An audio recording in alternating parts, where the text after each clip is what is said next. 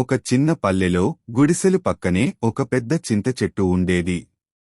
ఆ చెట్టు క్రింద రాత్రివేళ ఎవరూ వెళ్లేవారు కాదు. ఎందుకంటే అక్కడ మేడం అనే ఒక ఆడదెయ్యం ఉంటుందని అందరూ చెప్పుకునేవారు. ఎందుకు అంటే ఏళ్ల క్రితం ఆ పల్లెలో ఒక క్రూరమైన జమీందారు ఉండేవాడు. అతను ఒక యువతిని క్రూరంగా చంపేసి శవాన్ని అదే చింత చెట్టుకి కట్టిపెట్టేశాడు. ఆ ఆత్మ ప్రతీకారం కోసం అక్కడే బంధించబడి ఉందంటారు. రాత్రి 12 గంటలు దాటితే చెట్టు కొమ్మల్లోంచి తెల్లని పొడవాటి జుట్టు వేలాడుతూ కనిపిస్తుంది. కిందకు చూసిన వారు ఆడదాని ఎర్ర కళ్ళు గట్టిగా గీటేలా మెరుస్తాయని చెబుతారు. ఆ శబ్దం విన్నవాళ్లు కొద్ది రోజుల్లోనే అనారోగ్యంతో చనిపోతారంటూ గ్రామంలో భయం. ఒకరోజు గ్రామంలో కొత్తగా వచ్చిన ఓ యువకుడు ఇది అన్నీ అబద్ధమే అని చెప్పి రాత్రిపూట ఆ చెట్టు క్రింద నిద్రపోయాడు. మొదట్లో ఏమీ జరగలేదు. కాని కొద్దిసేపటికే చెట్టు ఆకులు ఒక్కసారిగా గాలి లేకుండానే శబ్దం చేస్తూ కదలడం మొదలయ్యాయి. అతను లేచి చూడగా ఒక పొడవాటి చీర కట్టిన ఆడదాని శవంలాగా కదులుతూ చెట్టుకి కట్టబడి ఉందని కనిపించింది. ఆమె తల నెమ్మదిగా అతనివైపు తిరిగి నా బంధం విప్పు అని గగ్గోలు పెట్టింది. రాత్రి పల్లె మొత్తం నిద్రలో ఉంది. కాని ఆ పెద్ద చింత చెట్టు దగ్గర మాత్రం ఒక వింత వాతావరణం నెలకొని ఉంది. ఆ చెట్టు కింద పడుకున్న యువకుడు రాము కళ్ళు మూసుకుని నిద్రపోవడానికి ప్రయత్నిస్తున్నాడు. కాని చెట్టు ఆకులు గాలి లేకుండానే ఒక్కసారిగా గడగడా కదిలాయి.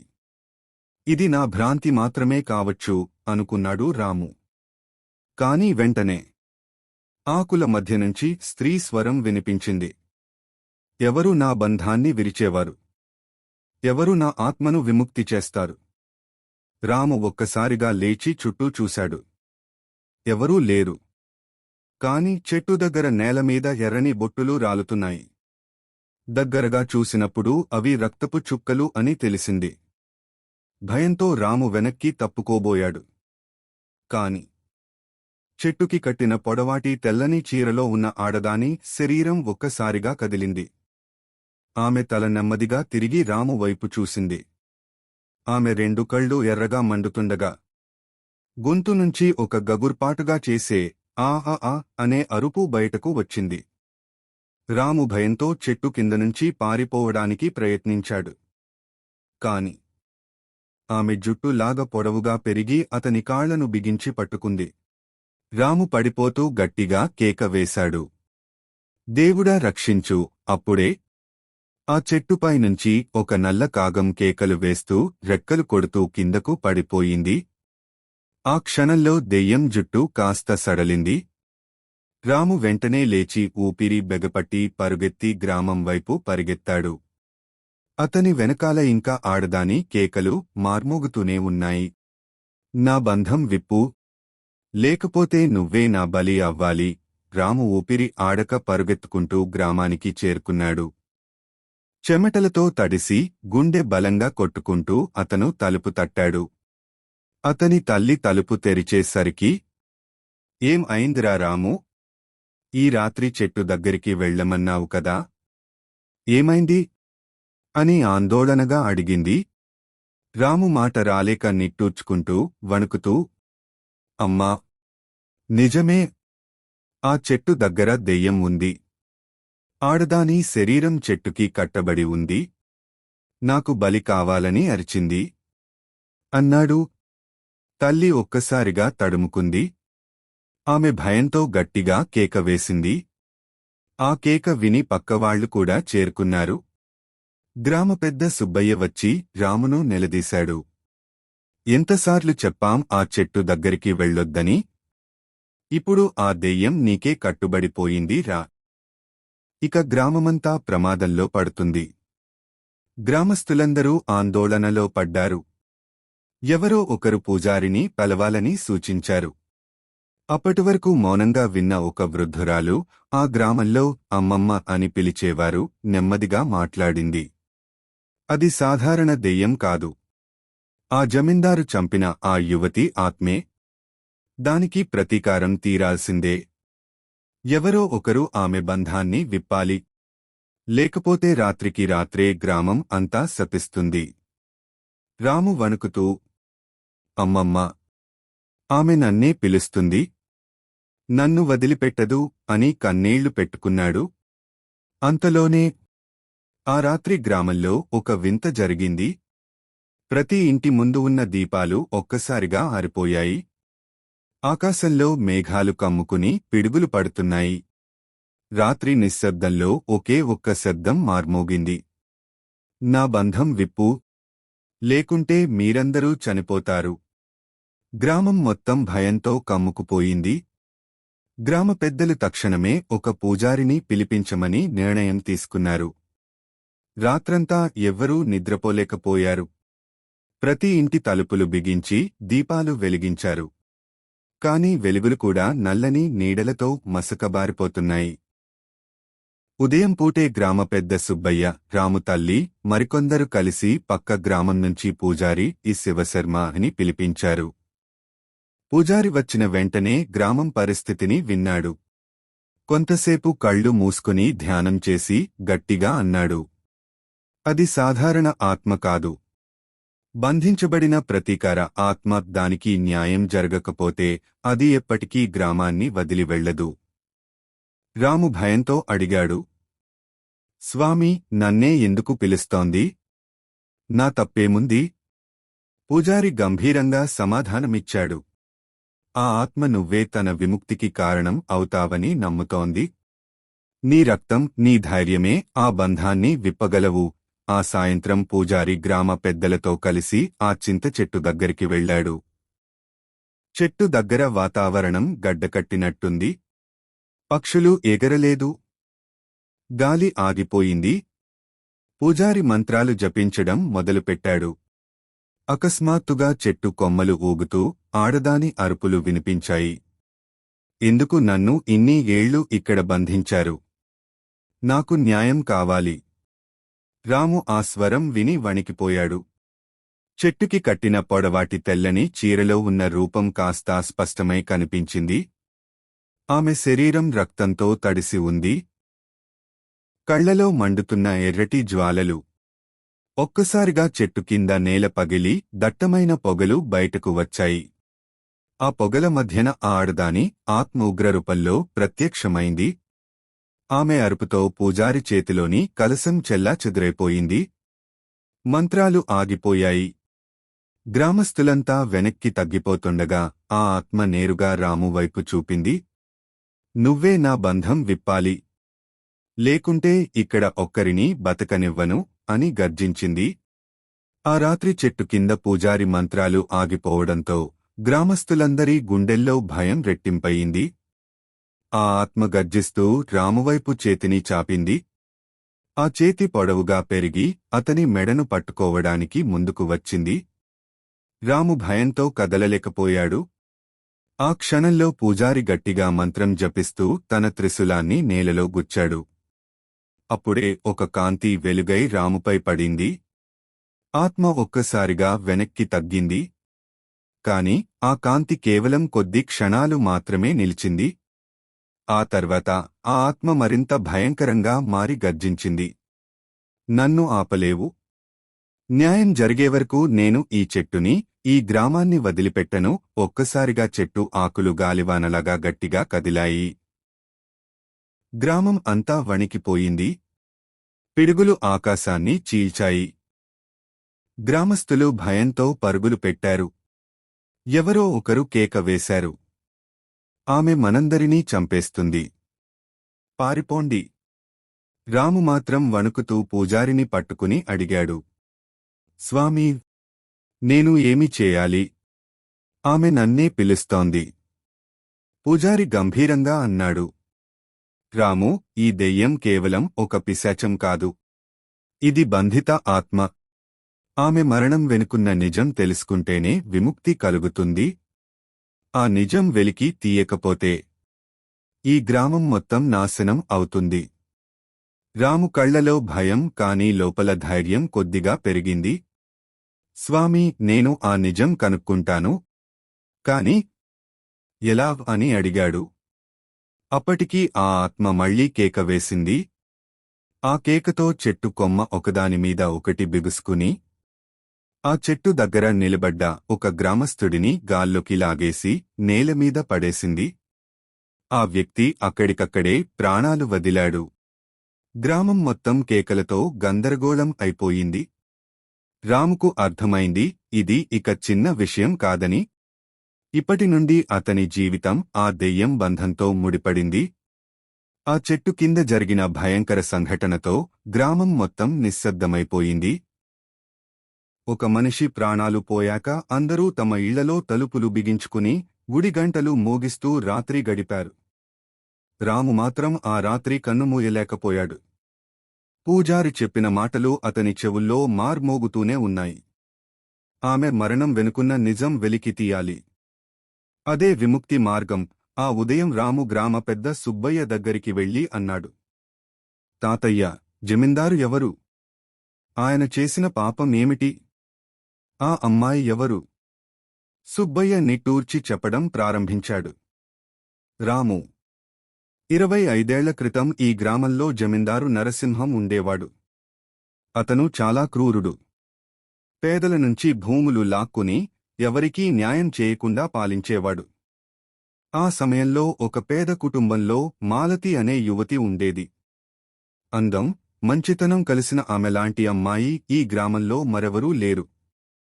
రాము ఆసక్తిగా విన్నాడు. సుబ్బయ్య కొనసాగించాడు. జమీందారికి మాలతి మీద కంటపడింది. కాని ఆమె ఒక రైతు యువకుడిని ప్రేమించింది. ఆ విషయం తెలిసి జమీందారు ఆగ్రహంతో ఆ యువకుడిని దారుణంగా చంపేశాడు. ఆపై మాలతిని బలవంతంగా తన బంగ్లాకు తీసుకెళ్లాడు. కాని ఆమె ప్రతిఘటించింది. చివరికి ఆ క్రూరుడు ఆమెను చంపి శవాన్ని చింతచెట్టుకి కట్టి వదిలేశాడు. అప్పటినుంచే ఆ చెట్టు శపించబడింది. రాము గుండె బరువెక్కింది. అంటే ఆ ఆత్మ మాలతిదేనా అని అడిగాడు. సుబ్బయ్య తల ఊపాడు. అవును రాము. ఆమె ఆత్మ ప్రతీకారం తీరక ముక్తి పొందలేదు. జమీందారు వంశం కూడా నాశనం అయిపోయింది. కాని ఆమె కోపం ఇంకా తగ్గలేదు. అంతలో పూజారి అక్కడికి వచ్చాడు. ఇకనుంచి నువ్వే ఈ కథలో కీలకం రాము. మాలతి నీ దగ్గర ఏదో కోరుకుంటోంది. నువ్వు ఆమెను నమ్మితేనే ఆమె శాంతిస్తుంది. కాని జాగ్రత్త. ఒక్క తప్పు చేస్తే ఆమె ఆగ్రహం మొత్తం నీ మీద పడుతుంది. ఆ సమయంలో రాముకు ఒక వింత అనుభవం కలిగింది. ఎవరో తన వెనకాల ముదువైన గాలి వీచినట్టు అనిపించింది. తిరిగి చూసినప్పుడు ఎవరూ లేరు. కాని చెట్టు వైపునుంచి ఒక చిన్న వెండి నూలుపోగు వచ్చి అతని చేతిలో పడింది. రాము వణుకుతూ ఆ నూలుపోగును పట్టుకున్నాడు. అది మాలతి తనకు ఇచ్చిన సంకేతమని అతనికి అనిపించింది. రాము చేతిలో పడిన ఆ వెండి నూలుపోగు చూడగానే గ్రామస్తులంతా ఆశ్చర్యపోయారు. పూజారి దానిని తీసుకుని పరిశీలించాడు. ఇది సాధారణ నూలుపోగు కాదు. ఇది ఒకప్పుడు పెళ్లికూతురి చేతికి కట్టే మంగళ నూలు.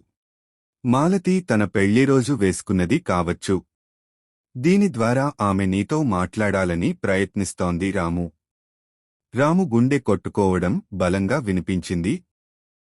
పూజారి గంభీరంగా తల ఊపాడు. అవును రాము. లేకపోతే గ్రామం నాశనం అవుతుంది.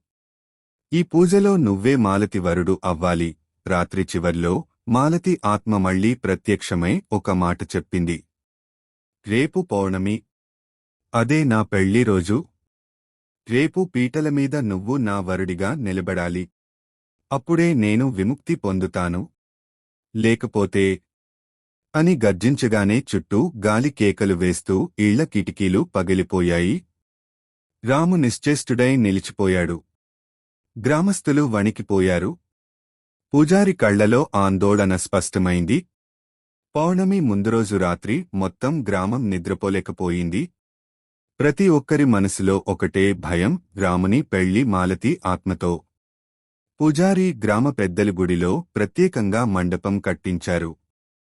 వేడుకలన్నీ నిజమైన పెళ్లి వాతావరణంలానే చేశారు. కాని అందరికీ తెలుసు, ఈ పెళ్లి వరుడు మానవుడు, వధువు ఆత్మ రాముగదిలో ఒంటరిగా కూర్చున్నాడు. అతని కళ్లలో నిద్రలేదు, గుండెల్లో ధైర్యం లేదు. తన తల్లిదండ్రులు కన్నీళ్లతో అతన్ని పట్టుకొని, బాబూ, నువ్వు బలి అవ్వకూడదు. మన బిడ్డను ఇలా ఎందుకు పంపుతున్నారు అని విలపించారు. రాము కదలకుండా కూర్చుని ఉన్నాడు. ఆ వెండి నూలుపోగు అతని చేతిలో ఇంకా ప్రకాశిస్తోంది. అది చూడగానే మాలతి స్వరం వినిపించింది. రాము, భయపడకు. నువ్వు నన్ను పెళ్లి చేసుకుంటే నీకు హాని జరగదు. నా ఆత్మకు విముక్తి దొరుకుతుంది. ఇంకా నీ జీవితం సుఖంగా సాగుతుంది.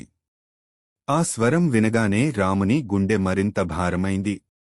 తను తనతోనే అనుకున్నాడు, ఆమె నిజంగానే విముక్తి కోరుకుంటుందా? లేక నన్ను ఎప్పటికీ తనదిగా చేసుకోవాలనుకుంటుందా? పౌర్ణమి రోజు ఉదయం గ్రామంలో కలకలం. వీధులన్నీ ఖాళీగా ఉన్నాయి. ప్రజలు తమ ఇళ్ల కిటికీలు మూసుకొని గుడి దగ్గరికి రావడానికి కూడా భయపడుతున్నారు. కాని కొందరు పెద్దలు, పూజారి, రాముని కుటుంబం మాత్రమే గుడి దగ్గర చేరారు. అక్కడే పెళ్లి మండపం సిద్ధం అయింది. సాయంత్రం వేళ గుడి బయట గాలి ఒక్కసారిగా గర్జించింది. చుట్టుపక్కల చెట్లు గలగలలాడాయి. చింతచెట్టుకి కట్టిన నూలుపోగు ఎర్రగా మసకబారింది. అప్పుడే ఆ చెట్టు కింద మాలతి ప్రత్యక్షమైంది. ఈసారి పూర్తిగా వధువు వేషంలో.